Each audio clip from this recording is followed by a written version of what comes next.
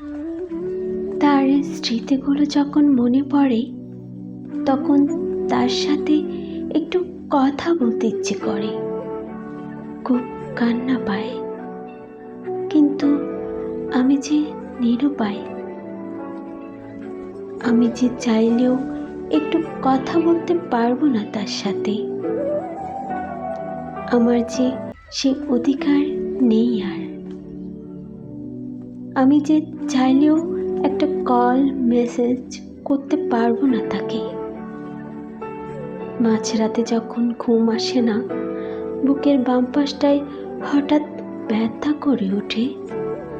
প্রিয় কিছু হারিয়ে ফেলার বেদনা যখন কুপ করে পোড়ায়, বালিশে যখন মুখ গুজে ফুঁপিয়ে কান্না করি, কান্না জড়িত কণ্ঠে যখন দম বন্ধ হয়ে আসে,